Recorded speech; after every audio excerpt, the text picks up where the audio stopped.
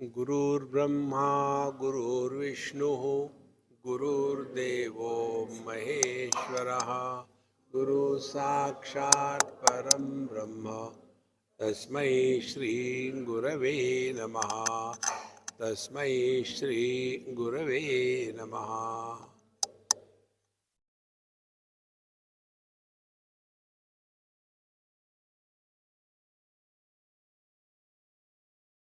शब्दों से सृष्टि प्रारंभ होती है और शब्द प्रारंभ होते हैं मन से। और मन दो प्रकार का है। एक है सामान्य मन, दूसरा है विशेष मन। जैसे पृथ्वी सामान्य है, उसमें भारत मेरा देश, ये विशेष पृथ्वी हो गई। आकाश सामान्य है, पूर्व पश्चिम उत्तर दक्षिण, ये विशेष आकाश है। उसी प्रकार से इस विशेषता से हटकर के सामान्य के प्रति समर्पित होना, इसको कहते हैं ध्यान का अभ्यास। तो यह मन भी सामान्य है। इस सामान्य माने निर्विशेष मन, इस मन में कोई विशेषता नहीं। यह जो निर्विशेष मन है, इसके द्वारा जीवन चलता है। डाइजेशन, ब्लड सर्कुलेशन, हमारे शरीर में जो विकार है उनको ठीक करना, और जो टिश्यू डैमेज हो गई है उनको रिपेयर करना, ये सब का सब काम ये जो निर्विशेष मन है, सामान्य मन, इसके द्वारा होते रहता है। अब ये सामान्य मन से विशेष मन कैसे निर्माण होता है? वैसे ही जैसे सामान्य आकाश से विशेष आकाश निर्माण होता है। सामान्य आकाश एक है, विशेष आकाश माने पूर्व पश्चिम उत्तर दक्षिण इत्यादि। तो ये आकाश में विशेषता कहाँ से आई? क्या ऐसा है कि पूर्व के आकाश में सूर्य उगता है और पश्चिम के आकाश में उगता नहीं, इसीलिए पूर्व का आकाश प्रकाशमय है और पश्चिम का आकाश अंधकारमय है? नहीं। तो चाहे पूर्व रहे पश्चिम रहे, उत्तर रहे दक्षिण रहे, आकाश में कोई परिवर्तन नहीं। तो यह सामान्य आकाश से जो विशेष आकाश का निर्माण होता है, इसका क्या कारण है? तो इसका कारण है, हमने एक उपाधि को महत्व दिया है। सूर्योदय यह उपाधि है। जिस दिशा में सूर्य का उदय होता है उसको हम कहेंगे कि यह पूर्व दिशा है, और जहाँ सूर्य का अस्त होगा वो पश्चिम दिशा। तो पूर्व पश्चिम सापेक्षता में ही अस्तित्व रखते हैं। फिर उसके बाद बाएं को पूर्व या उत्तर और दाहिने को दक्षिण, इस प्रकार से धीरे धीरे हम एक निर्विशेष आकाश से एक उपाधि, केवल एक ही उपाधि है, वो है सूर्योदय, इस एक उपाधि से 10 दिशाओं का निर्माण कर दिए। और वो होने के पश्चात फिर उसके बाद शुरू हो जाता है वास्तुशास्त्र। इस दिशा में घर खुलना चाहिए, उस दिशा में किचन होना चाहिए, उस दिशा में टॉयलेट होना चाहिए। पूरा का पूरा संसार प्रारंभ हो जाता है इस विशेष आकाश को ध्यान में रख करके।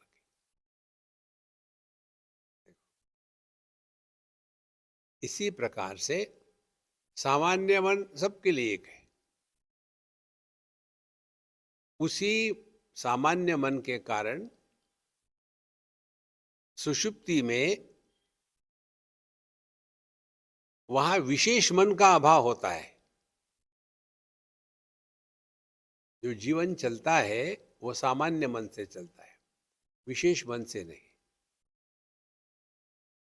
तो यह समझ में कब आता है, जैसे कोई व्यक्ति एनेस्थेशिया में हो या कोमा में हो, तो जो व्यक्ति कोमा में है उसका तो जीवन चल रहा है, रेस्पिरेशन चलता है, ब्लड सर्कुलेशन चलता है, डाइजेशन चलता है, सब कुछ चल रहा है। लेकिन वहाँ विशेषता कौन सी नहीं है? देहात्म भाव, यह विशेषता का अभाव है। जहाँ देहात्म भाव हुआ वहाँ सामान्य मन में विशेषता आ गई, और ये जो विशेषता युक्त मन है उसके लिए संसार है।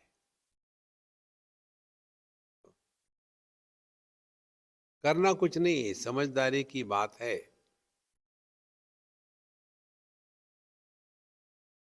और ये एक विशेषता के बाद फिर अनेक विशेषताओं का जन्म होता है। एक विशेषता सूर्योदय, अनेकता 10 दिशाएं, एक विशेषता देहात्म भाव, अनेक विशेषता स्त्री पुरुष, पति पत्नी, भाई बहन, भारतीय अभारतीय, कितनी विशेषता निर्माण होगी। और जहां जहां इस विशेषताओं को महत्व दिया जाता है वही संसार। तो हमको यदि अध्यात्म का जीवन जीना समझना है तो किसकी आवश्यकता है? समझना कि जितनी समस्या विशेष मन में है, निर्विशेष मन में नहीं है। अब अगले स्टेप, इस विशेष मन में कौन सी विशेषता आ जाती है? निर्विशेष मन का आकार नहीं, विकार नहीं, प्रकार नहीं, संस्कार नहीं।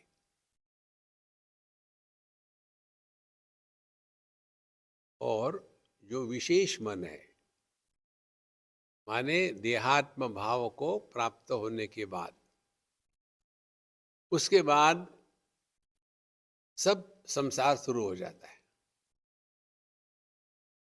उसमें आकार है, विकार है, संस्कार है, प्रकार है। तो आकार, विकार, प्रकार, संस्कार, इनसे हट करके निर्विकार, निराकार, नो संस्कार, इधर चले जाना, यह आध्यात्मिक साधना होगी।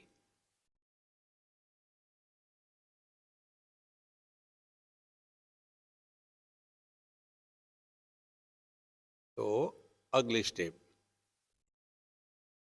जो आकाश की स्थिति है, निर्विशेष आकाश की और सविशेष आकाश की क्या स्थिति है? निर्विशेष आकाश में सब कुछ है। जितने भी सविशेष आकाश है, जितने कमरे हैं, उस कमरे का जो आकाश है, ये बेडरूम है, ये वॉशरूम है, ये पूजा की रूम है, ये किचन है, ये सभी के सभी उस निर्विशेष आकाश में ही है। लेकिन जो सविशेष आकाश है उसमें भेद आ गया। इसी प्रकार से हम जब देखते हैं दुनिया को तो हमारा ध्यान कहाँ होता है? मेडिटेशन करना है तो पूजा के रूम में जाके करना चाहिए, बेडरूम में नहीं करना चाहिए, क्योंकि वो तो सोने का जगह है। इसीलिए जितनी साधना है अपनी विशेषताओं से ऊपर उठना है। अब ये विशेषता कहाँ से निर्माण होती है? सुषुप्ति अवस्था में हम निर्विशेष मन होते हैं। वहां भी मन होता है। यदि मन नहीं होगा तो वो देह मृत हो गया है। देह मर गया माने क्या? ये बल्ब फ्यूज हो गया माने क्या? बल्ब तो दिख रहा है, क्या हुआ? उस बल्ब में बिजली की प्रकाश के रूप में प्रकट होने की क्षमता खत्म हो गई, इसीलिए वो फ्यूज हो गया। उसी प्रकार से देह मरा माने क्या? इस देह में चेतना की अभिव्यक्ति होने की क्षमता नष्ट हो गई।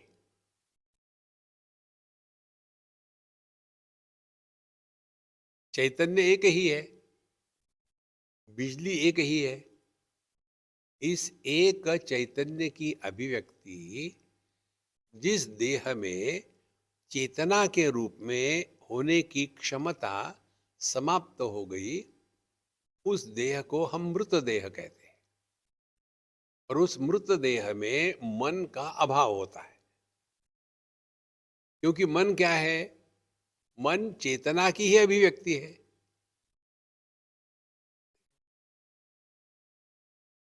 तो बिजली के अंदर में चेतना माने बल्ब, और बल्ब के अंदर में प्रकाश, और प्रकाश के अंदर में ये दुनिया।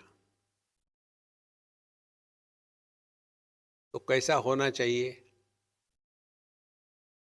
कि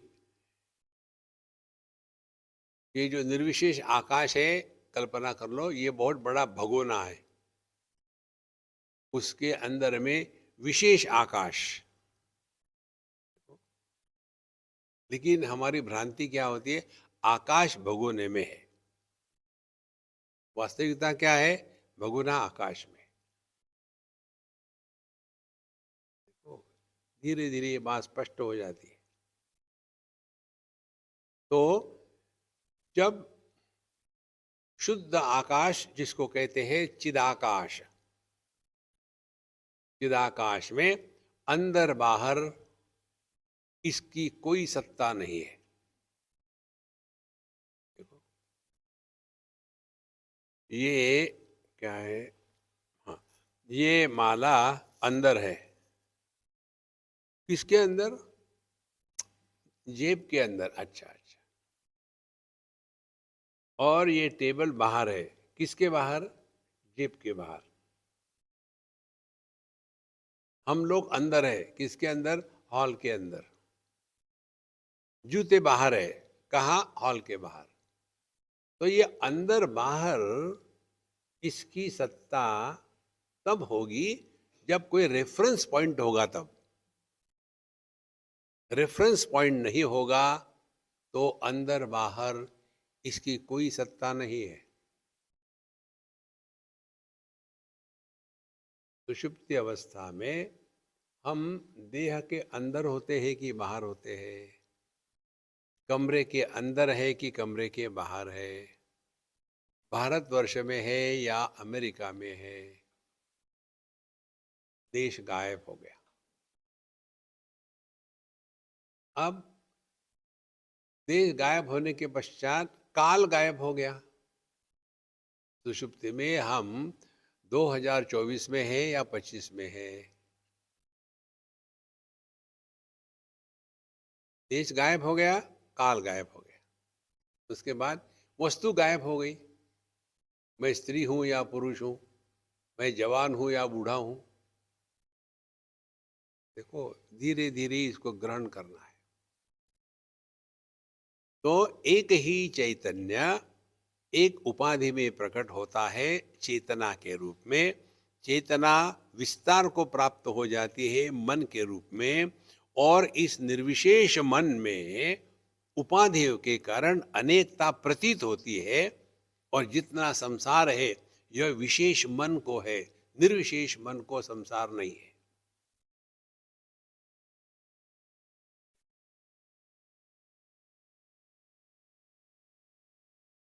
निर्विशेष मन में ज्ञान का प्राधान्य होता है और सविशेष मन में उपाधि युक्त ज्ञान का प्राधान्य होता है। जैसे एक माँ और उसका बच्चा निश्चित रूप से एक दूसरे से अलग है, लेकिन बच्चे को जो भी होता है उसका प्रभाव माँ पर पड़ता है।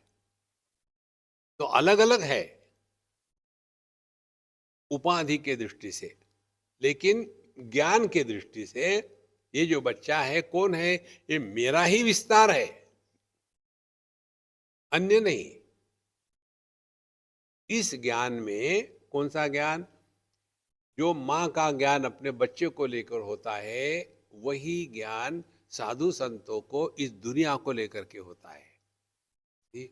मयि एव सकलम जातम मयि सर्वम प्रतिष्ठितम मयि सर्वम लयम याति तद ब्रह्माद्वयमस्म्यहम्।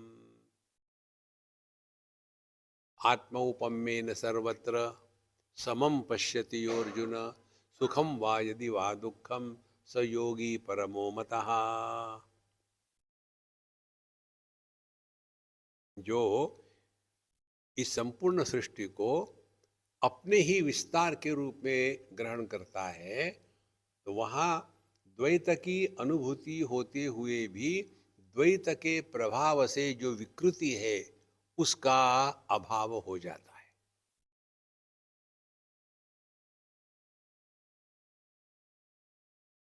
हाथ ने चेहरे को खुजलाया,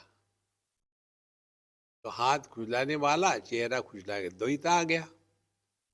तो ये द्वैत के अनुभूति के बाद भी क्या द्वैत का समर्थन करते हैं हम?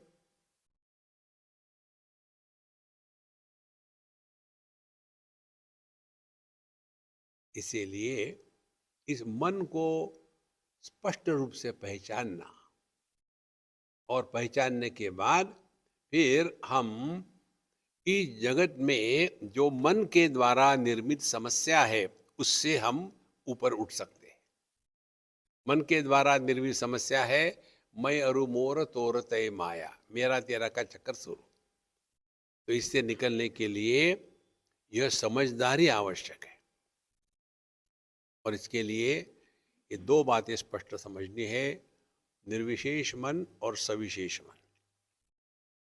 तो सुषुप्ति में निर्विशेष मन होता है। तो निर्विशेष मन क्या है? चेतना की अभिव्यक्ति। चेतना भी निर्विशेष है, चाहे मनुष्य रहे, पशु पक्षी रहे, पेड़ पौधे रहे, सब में चेतना सामान्य है। चेतना माने लाइफ, सामान्य। तो जितने जितने हम सूक्ष्मता में पहुंचेंगे उतने उतने विशेषताओं के प्रभाव से मुक्त हो जाते हैं। फिर विशेषताओं के त्याग में दुख नहीं होता।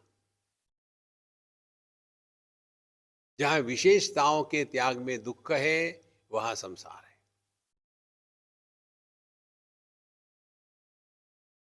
बिल्कुल सिंपल है, ये कठिन नहीं है। अब ये निर्विशेष मन से सविशेष मन कैसे पैदा हो जाता है? देखो, प्रकाश जो है ये निर्विशेष है, माने प्रकाश असल में देखा जाए तो अंधकारमय है। Surya Prakash is dark light. ये जो बल्ब है इसका प्रकाश और हमारा चेहरा, इसके बीच में भी तो प्रकाश है ना? दिखता है क्या? चिंतन करो। प्रकाश बल्ब और हमारा चेहरा, इन दोनों के बीच में प्रकाश होना चाहिए ना? दिखता क्यों नहीं?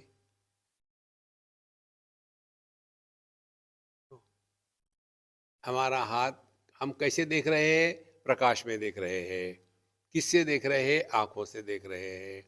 तो ये आंखें और हाथ, इन दोनों के बीच में भी तो प्रकाश होना चाहिए ना? हाँ, होना चाहिए। दिखता क्यों नहीं? क्योंकि प्रकाश अंधकारमय है। Light is always dark.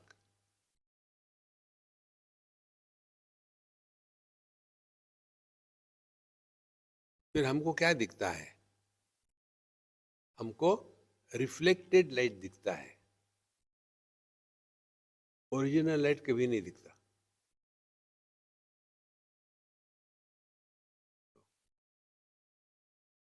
और रिफ्लेक्शन लाइट का होने के लिए उपाधि की आवश्यकता है।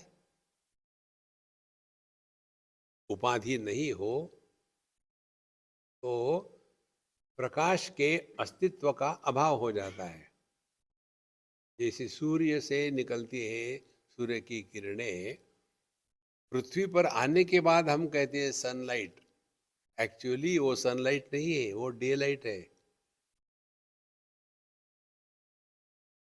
पृथ्वी और सूर्य, इसके बीच में जो अंतराल है, वहां तो अंधकार है ना। क्यों अंधकार है? क्योंकि वहां रिफ्लेक्ट करने के लिए कोई वस्तु नहीं है।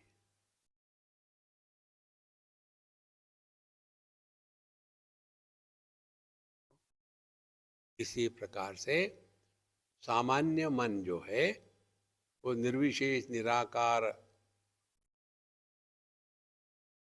केवल सत्ता मात्र, इस स्थिति को हम कहेंगे मुख्यात्मा, द रियल सेल्फ, जिसमें कोई विशेषता नहीं। तो पूरी की पूरी जो साधना है तो विशेषताओं से निकल करके निर्विशेष में प्रवेश करना है। और ये निर्विशेषता का जो आनंद अनुभव है हम सबको होता है। सुषुप्ति में हम निर्विशेष है। वहाँ माता पिता, भाई बहन, स्त्री पुरुष, जवान बूढ़ा, पढ़ा लिखा अनपढ़, भारत में, भारत के बाहर, हिंदू मुसलमान क्रिश्चियन, पशु पक्षी, सब गायब।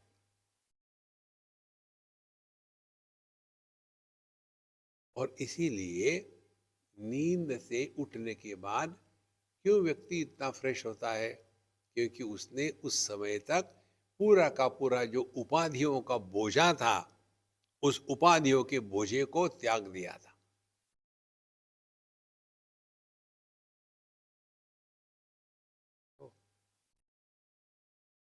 तो जो मूल तत्व है, जिसको किसी भी नाम से कहो आप, जिसको वेदांती ब्रह्म कहते हैं, जिसको योगी परमात्मा कहते हैं, जिसको भक्त भगवान कहते हैं, ये एक ही तत्व। यह परमात्मा, ब्रह्म या भगवान निर्विशेष निराकार है। ये मुख्य आत्मा है और निर्विशेष होने के कारण एक है। आदमी एक है, पुत्र पति पिता सविशेष आदमी है। आदमी को कुछ नहीं होता और ये तीनों को कुछ हुए बगैर रहता नहीं। तो मुख्य आत्मा क्या हो गया फिर? जो निर्विशेष सत्ता है, जो निर्विशेष होगा उसको आप डिस्क्राइब नहीं कर सकते। किसका भी वर्णन करना हो तो कैसा करेंगे? गोल मटोल है, लंबा चौड़ा है, काला पीला है, सुगंध युक्त है, रसवान है। माने हमको कौन सा ज्ञान होता है? वह जो इंद्रियों के माध्यम से होता है वही हमको पता है। देखो,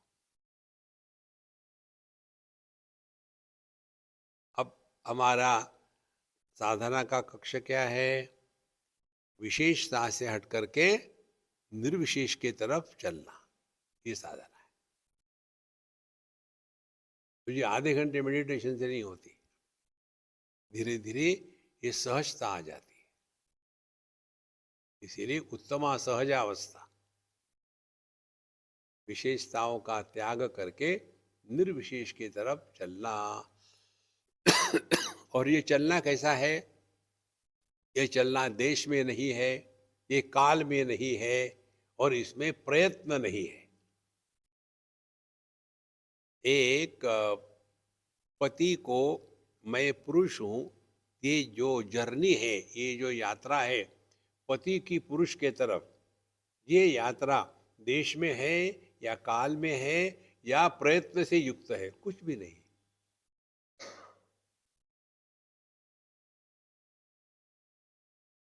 तो पहली मेडिटेशन की बात क्या होगी? जहाँ जहाँ हमने जो जो इंद्रियों के माध्यम से ग्रहण करके विशेषताओं में फंसे हैं, पहले उससे ऊपर उठना प्रारंभ कर। तो जगत में विषय कितने हैं? 5 है, 5 से ज्यादा विषय नहीं है। तो इन 5 विषयों से ऊपर उठने का तात्पर्य क्या हो गया? तात्पर्य हो गया कि जिस अनुभव में, जिस अनुभूति में इंद्रियों का व्यापार नहीं होता, वो हमारा स्वरूप है।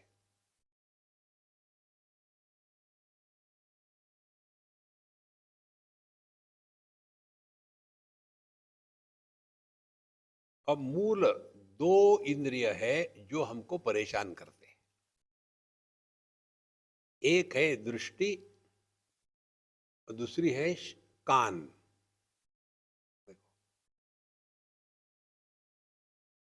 गंध सुगंध दूर जा सकते हैं, स्पर्श किसी को छुओ मत, ठीक है, रस चखो मत, ये तो हो सकता है, लेकिन नाम रूप, इसको छोड़ के कहाँ जाओगे? तो क्या होगा? पहला मेडिटेशन न करते हुए मेडिटेशन में रहना क्या हो गया? देखो सुनो मत बोलो।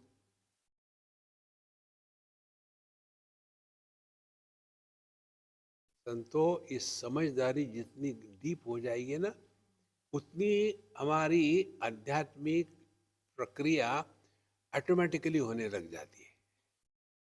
वहाँ पकड़ पकड़ कर meditation meditation, don't disturb don't disturb don't disturb. और ये छोटे छोटे बच्चे को परेशान करते हैं, हमको इतना दुख होता है। बच्चों को मेडिटेशन सिखाओ, एक जगह कर रहे थे ये तमाशा, हमको भी स्वामी जी, हम लोग को बच्चों को मेडिटेशन सिखाना शुरू कर दिया। बच्चों को मेडिटेशन करेंगे, स्वामी जी को दिखाओ। अरे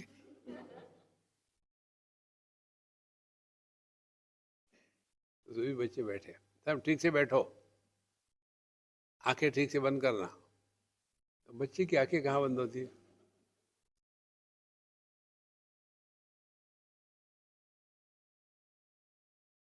तो इस चक्कर में मत पड़ो, समझदारी की आवश्यकता है। तो मेडिटेशन हमको 24/7 रहना है, करना नहीं है। We have to live in meditative poise. जागृत अवस्था करते नहीं है हम जागृत अवस्था में होते हैं, बाद में करते हैं।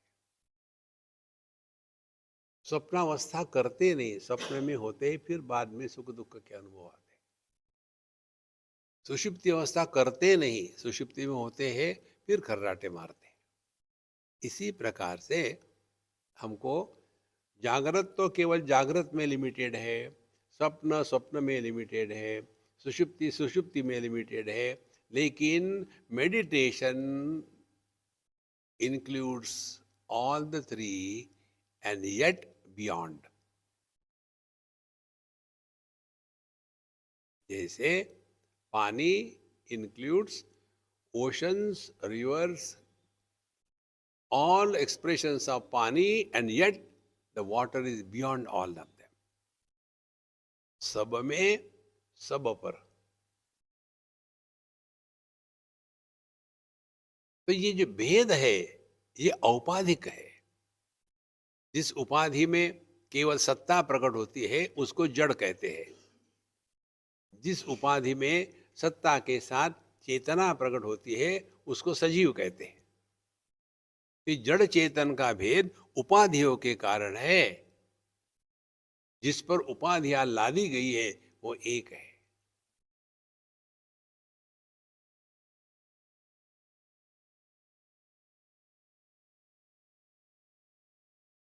तो ये निर्विशेष जो सत्ता है, और दूसरी बात ये प्रमाण निरपेक्ष अनुभूति, ये दोनों को इकट्ठा समझना और फिर play the game of life, उसको कहते हैं लिविंग इन मेडिटेशन।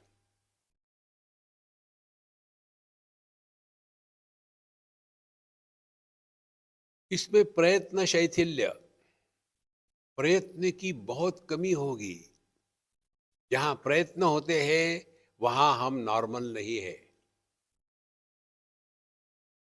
जिनको श्रवण शक्ति की समस्या है तो उनको बहुत प्रयत्न करना पड़ता है सुनने के लिए, और जितना प्रयत्न करेंगे समय तक, लंबे समय तक, वो जल्दी थक जाएंगे। इसीलिए जो सब अपने सत्संग में सोते हैं ना, उसका एक ये कारण है। क्योंकि सत्संग में आने के बाद एकदम शांति का अनुभव आता है, और फिर थोड़ी देर के लिए सुना, लेकिन सुनने के लिए प्रयत्न करने पड़े तो थक गए तो why waste time, go to sleep.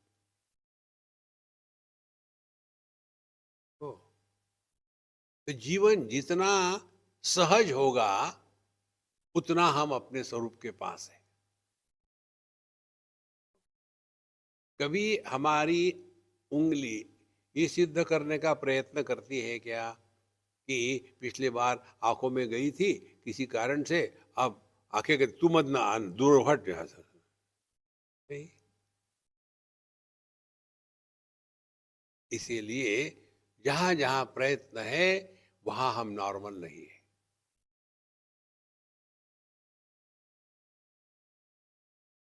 बिना प्रयत्न के सहजता से जीवन जीता है।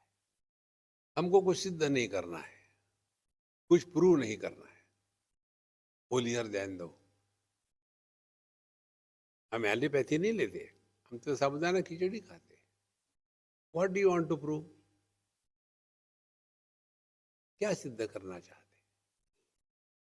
हम तो वेजिटेरियन है, हम नॉन वेजिटेरियन नहीं है। तो है तो सो व्हाट।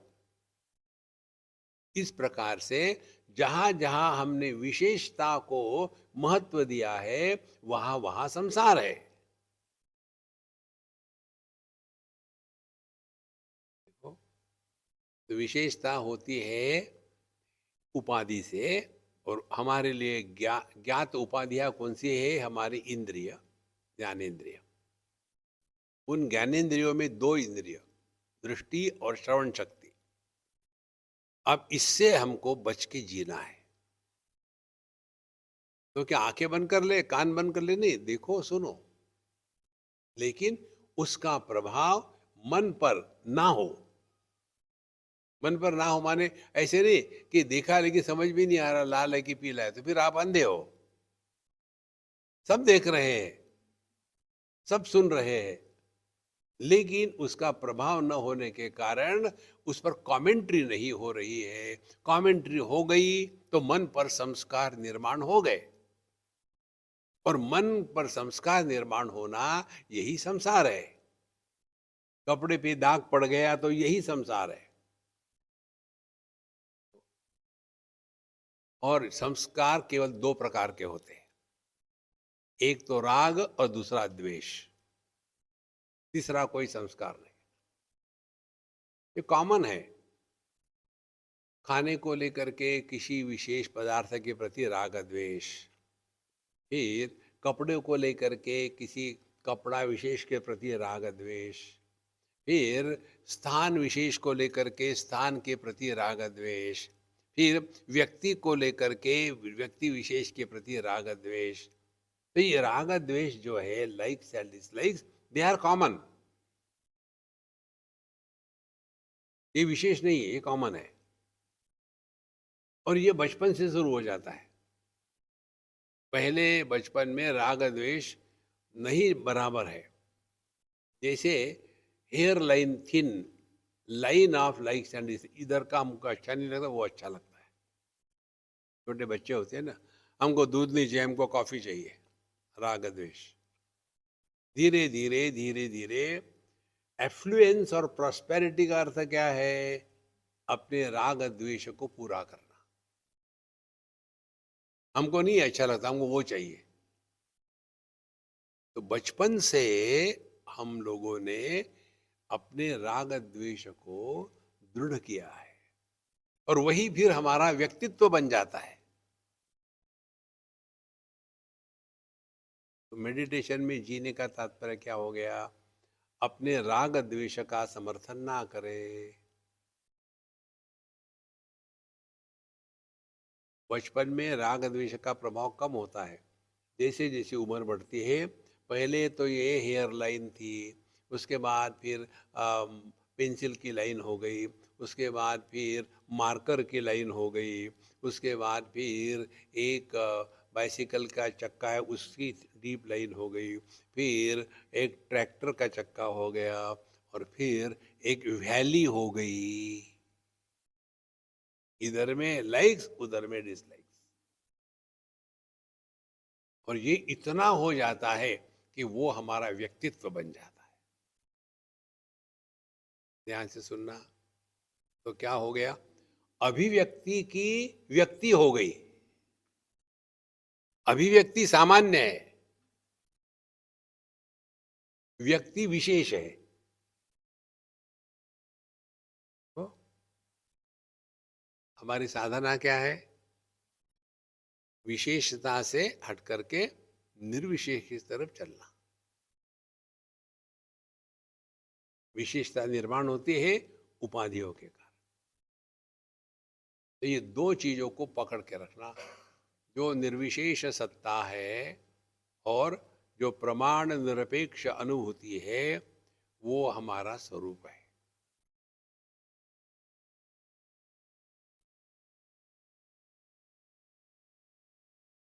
अब प्रमाण निरपेक्ष अनुभूति का तात्पर्य क्या हो गया? प्रमाणों के द्वारा जो जो भी हमको विषयों का ग्रहण होगा, मन के द्वारा जो जो भी हमको सुख दुख के अनुभव आएंगे, उसके द्वारा प्रभावित नहीं होना, माने मन पर संस्कार नहीं होने देना। मन पर संस्कार नहीं होना माने हम पाप पुण्य के परे चले जाते हैं। पाप पुण्य के परे चले गए माने व्यक्तित्व से हट करके अभिव्यक्ति में पहुंच गए। देखो महाराज, पता नहीं आप क्या बन रहे, हमने सोचा मेडिटेशन में बैठेंगे अच्छी तरह सो जाएंगे, सोने भी नहीं दे रहे।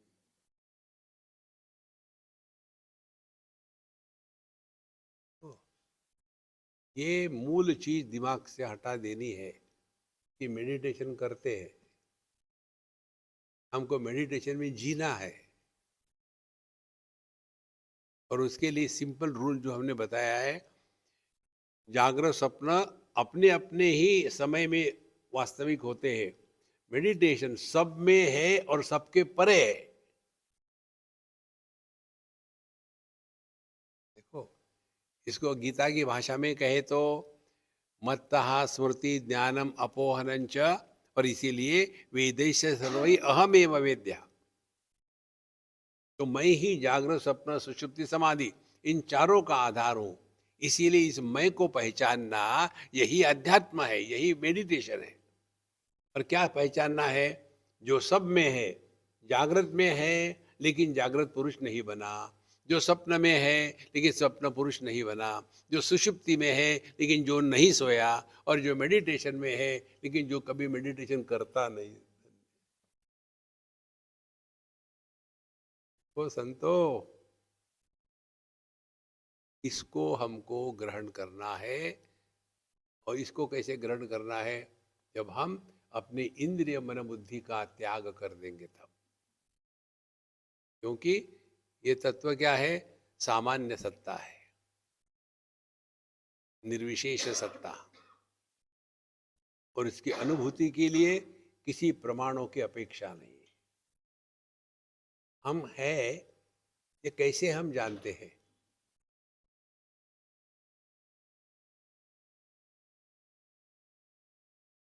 सुगंध लेकर के?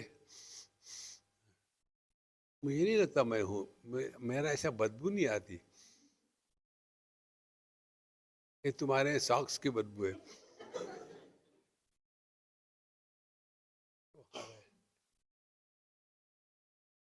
कितनी सिंपल हो जाती है साधना। ये तो हमारा जो अनुभव है लोगों के साथ यही है कि अध्यात्म के नाम पर लोग जितने दुखी होते हैं ना, उतने आम आदमी दुखी नहीं होते। ठीक रह दिया, भगवान का क्या करोगे, दर्शन करके आए, चलो चाय पी दे, रिलैक्स। स्पिरिचुअलिटी स्पिरिचुअलिटी, इसमें जितना बेवकूफ बनाते हैं उतना और कहीं नहीं बनाते। ना कुछ पाना ना कुछ खोना, रिलैक्स। हम कब रियलाइज हो गए? समझो हो गए। आगे चाय के साथ पकोड़े हैं क्या? देखो, इसीलिए जो मुख्य आत्मा है, जो वास्तविक है, जो सत्य है, जो तत्व है, जिसमें हमारी वास्तविकता है, वो हो गया मुख्य आत्मा। अब ये मुख्य आत्मा जिस उपाधि से प्रकट होता है उसको कहते हैं मिथ्यात्मा। तो परमात्मा टेबल से प्रकट हो गया तो टेबल सत्य नहीं है, परमात्मा के कारण टेबल को सत्यता प्रदान करी गई। इसी प्रकार से वही परमात्मा जब देह से प्रकट हो गया तो देह सजीव हो गया। तो ये देह मैं हूं, ये जो भ्रांति है, इसके पीछे क्या लॉजिक है? कोई लॉजिक। कारण क्या? जब देह तादाद में नहीं होता तब भी तो हम रहते हैं। सुषुप्ति में हमारा तादाद में देह के साथ नहीं होता। उस समय देह कहाँ होता है? प्रकृति में होता है। हमारा उसके साथ कोई संबंध नहीं। लेकिन जैसे देह के साथ तादाद में पूरा हो गया, बस वहां एक भ्रांति निर्माण हो जाती है, ये देह मैं हूं।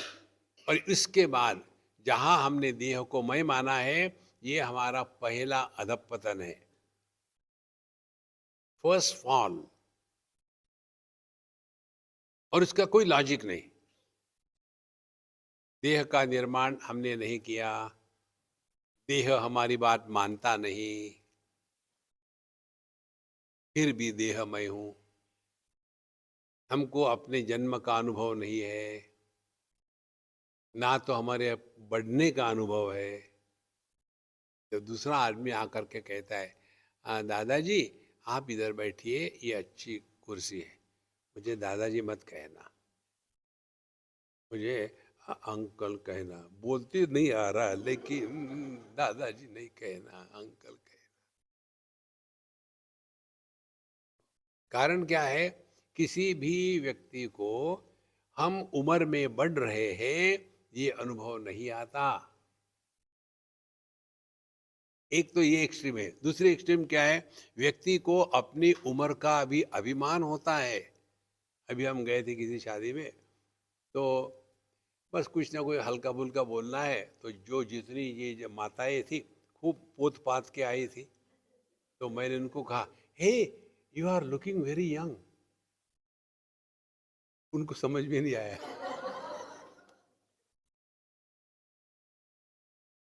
और बूढ़ा हुआ है ना, you are young, you are not looking यर, you are young. Yes Swami ji, I am 85 years. तो 85 देह की है, उसके साथ अपने को जोड़ लिया और हम यंग है। इसीलिए देहात्म भाव आप जस्टिफाई नहीं कर सकते। सुषुप्ति में और कोमा में देहात्म भाव नहीं होता तो कोई नुकसान नहीं। जिनके यहाँ कोमा के पेशेंट होते हैं ना, वो भगवान से यही प्रार्थना करते, क्या? भगवान इनका दुख हमसे नहीं सहा जाता। उसको दुख नहीं हो रहा है, जो बिल पे करता है उसको दुख होता है यार। It is a dead investment. देखो कितनी सरल बात है। तो देह का कोई लॉजिक नहीं है कि हम देह है। यह जो मिथ्या है कि मैं देह हूं, यहां से संसार शुरू हो जाता है। इसीलिए इसको मिथ्यात्मा। तो मिथ्यात्मा कैसा है? सिंपल हम आपको उदाहरण देते हैं। पति मिथ्यात्मा है, पुरुष असली आत्मा है। अब मिथ्यात्मा क्या होगा? मिथ्यात्मा का जन्म नहीं होता, मृत्यु नहीं होती। विवाह कर लिया तो पति का जन्म हो गया, डाइवोर्स कर लिया तो पति का मृत्यु हो गया। उसका कर्म कांड नहीं गया, कुछ क्रिया वगैरह कहाँ गया वो मरने के बाद? उसी प्रकार से ये जो परमात्मा है, देह के माध्यम से जीव के रूप में प्रकट हो रहा है, ये मरने के बाद जीव कहाँ गया? वही जैसे बल्ब फ्यूज हो गया तो उसमें का लाइट निकल के जा रहा, जाऊं तो जाऊं कहाँ?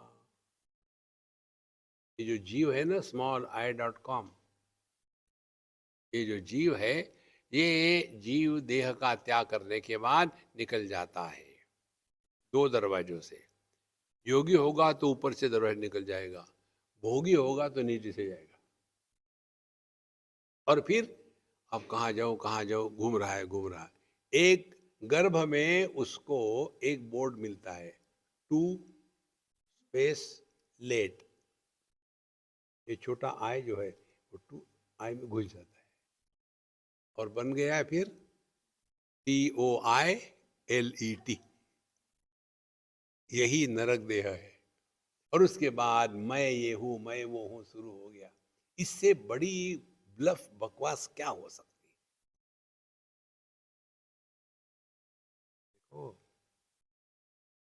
इसी को लेकर के हम पूरा जीवन जीते हैं। पिछला जन्म, ये जन्म, अध्ययन, राम राम राम राम।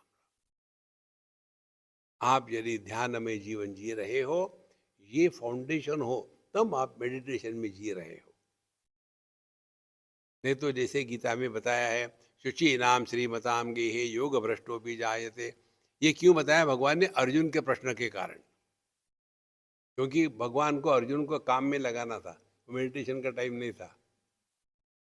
तो इसीलिए मुख्यात्मा हम जो है वो निर्विशेष प्रमाण निरपेक्ष सत्ता, इसको पकड़ के रखो। अब उपाधि देह के साथ तादात्म्य हुआ और उसको कहेंगे मिथ्यात्मा, दूसरा आत्मा। अब ये मिथ्यात्मा से third generation, 3G scam, third generation. उसके बाद उसको कहेंगे हम व्यावहारिक आत्मा। व्यावहारिक आत्मा ने व्यवहार के लिए युक्त उपयोगी, पति पत्नी भाई बहन सास बहू इत्यादि, व्यावहारिक आत्मा। और यही परमात्मा तत्व केवल अब उसने देह के उपाधि का त्याग कर दिया है, लेकिन मन के उपाधि को धारण किया है। तो केवल मन के उपाधि को धारण करने के बाद वहां प्रातिभाषिक आत्मा पैदा हो जाता है, जिसको कहते हैं दी स्वप्न पुरुष या ड्रीमर। देखो, ये सब के सब इस एक निर्विशेष सत्ता के लिए है। अब जब सपने में अच्छा बुरा देखा, सपना टूट गया। और कौन सा सपना टूटता है? जब सपने में कोई एक्सीडेंट होता है तब टूटता है। अच्छे सपने टूटते नहीं। आप मोटरसाइकिल पर बैठे हो, पीछे होंडी बैठी है आपका, आपका होंडा का मोटरसाइकिल, स्विट्जरलैंड में जा रहे हो। मेरे सपनों की रानी कब, कभी नहीं टूटेगा ऐसा सपना। लेकिन उसी सपने में आपकी मोटरसाइकिल स्किड होके गिर जाती है गड्ढे में, एकदम सपना टूट गया। और सपना टूटने के बाद फिर हमारी क्या रिएक्शन होती है? कम ऑन यार, you are just a dream. और सपना कब टूटता है? जब एक्सीडेंट होता है। संतो, इसको समझना ये मेडिटेशन है। ये जागृत अवस्था सब कुछ बढ़िया बढ़िया, गुड़ी गुड़ी गुड़ी, पैसा है, ये है, मेरी पत्नी मेरी बात मानती है, मेरे बच्चे मेरी बात मानते हैं, गुड़ी गुड़ी गुड़ी गुड़ी, सब कुछ है, भगवान की दया, सब कुछ चल रहा है, ये कभी नहीं टूटेगा। फिर एक दिन झटका आ जाता है, एकदम कुछ ना कुछ एक्सीडेंट हो जाता है। वो होने के बाद फिर चलो अमृत बेला आश्रम में जाके देखते कुछ हो सकता है। एकदम जीवन की दिशा में परिवर्तन आ जाता है। अभी खाएंगे पिएंगे भोग करेंगे, अब वो बहुत हो गया यार, अब वो करना चाहते लेकिन कर नहीं सकते, डाइजेशन जरा गड़बड़ है, और दांत भी नहीं काम करते।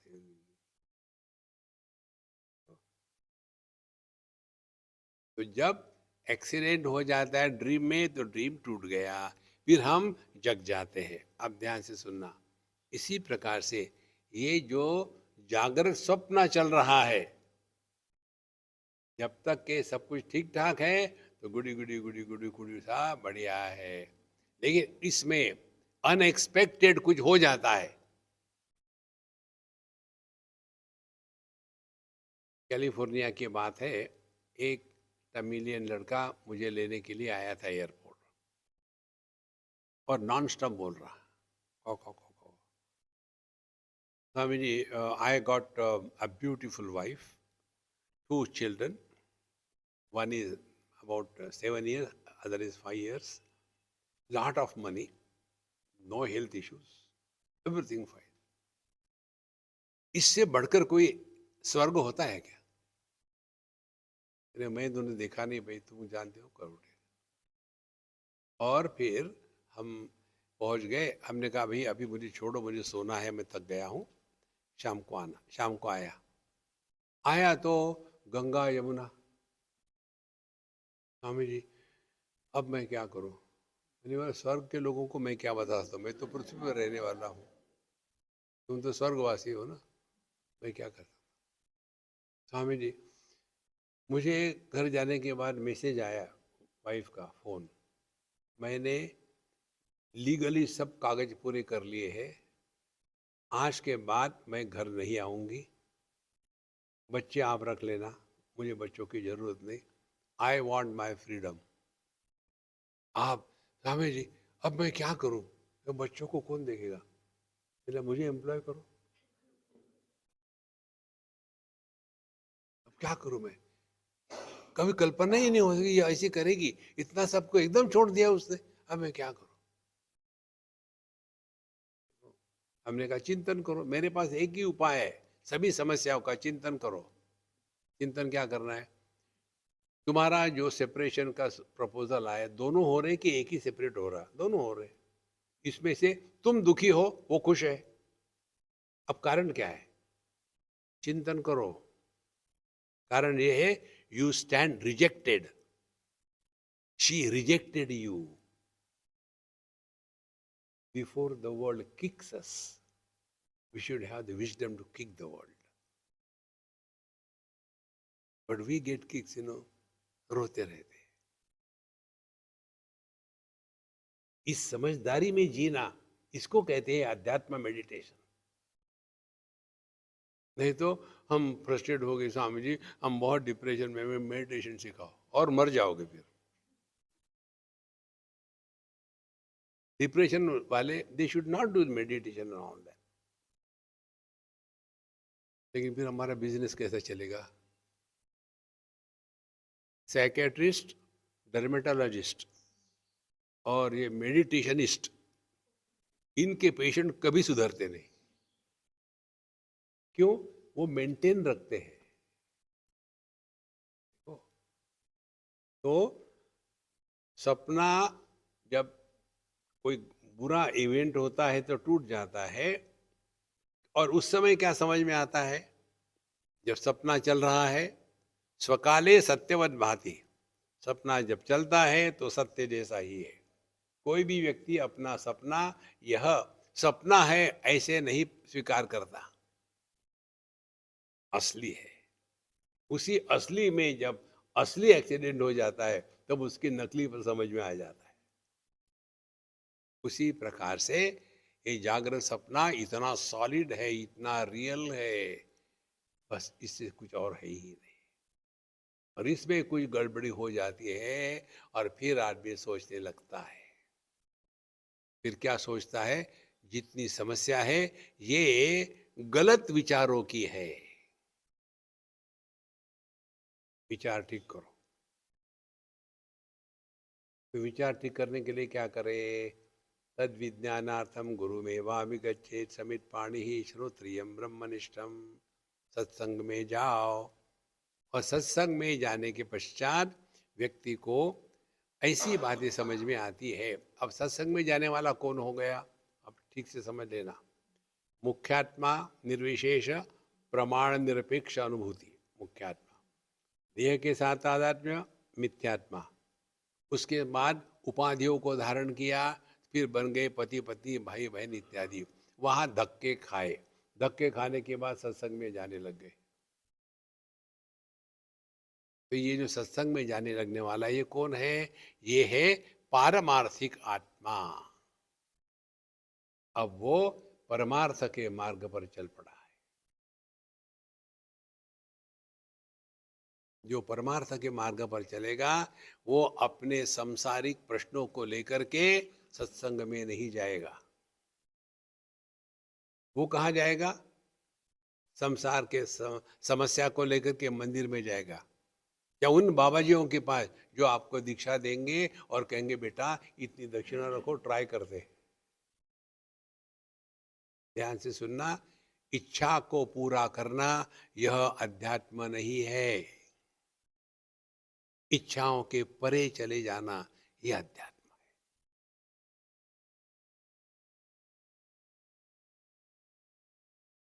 तो जहां ये पारमार्थिक आत्मा का जन्म हो गया, समझ लेना हमारा नया जन्म हो गया। अब कितने जन्म हो गए देखो। पहले देह के साथ तादात्म्य, मिथ्यात्मा का जन्म। उसके बाद अपने रिश्ते नातों के साथ रहना है, वो हो गया व्यावहारिक जन्म। उसके बाद एक जन्म और हो गया, धक्के खाए जूते खाए, फिर वो हो गया फ्रस्ट्रेट आत्मा का जन्म। और ये फ्रस्ट्रेट आत्मा निकला, सत्संग में गया, अब ये हो गया पारमार्थिक आत्मा का जन्म। और ये पारमार्थिक आत्मा जो है, माने जो साधक है, इसका कभी मृत्यु नहीं होता, क्योंकि फिर ये साधना चलती रहती है। देखो महाराज, इस समझदारी से जीना 24 घंटे कैसा होगा? You will live lightly, don't take things very seriously. जहाँ हम लाइफ को सीरियस लेते हैं वहाँ हमको मेडिटेशन करना पड़ता है, गोलियां खानी पड़ती है। इस समय आप अपने मन की कंडीशन स्थिति को देखो कैसा है।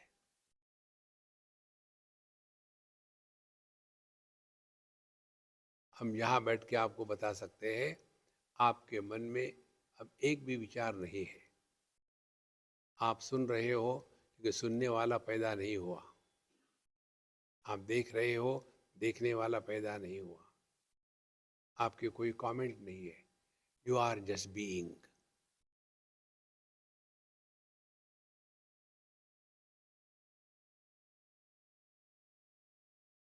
ये अनुभव वैसा ही है जैसे एक पुरुष जब स्त्री का पाठ करता है स्टेज पर एक ड्रामा में, उस समय भी उसका यह भान कि मैं पहले पुरुष हूँ और ये मेरा ड्रामा में नाटक चल रहा है। ये अनुभव अब हमारा इस समय का है। सब कुछ हो रहा है जैसे आकाश सबको समर्थन करता है। पृथ्वी, जल, अग्नि, वायु किसी का तिरस्कार नहीं। लेकिन किसी के द्वारा प्रभावित नहीं।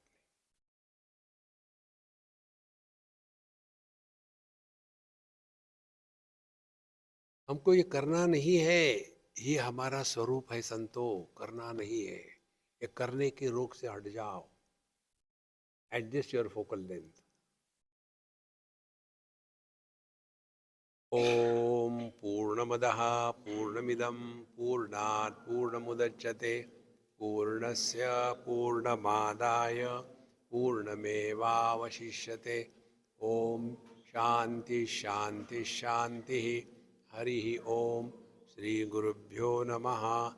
हरि ओम।